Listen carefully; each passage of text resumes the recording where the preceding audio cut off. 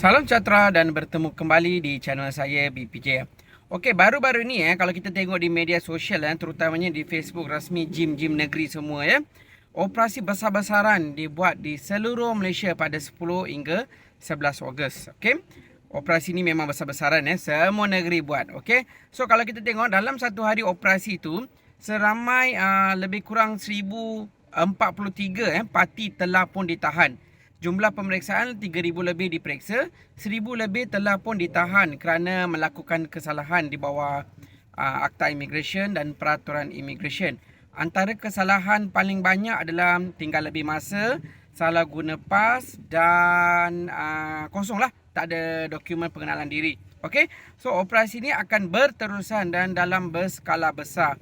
Okey, so korang kepada warga asing yang menetap secara tidak sah ataupun melakukan kerja-kerja yang secara tidak sah walaupun ada permit tapi kerja tempat lain, sila serah diri dan bayar kompaun balik ke negara asal.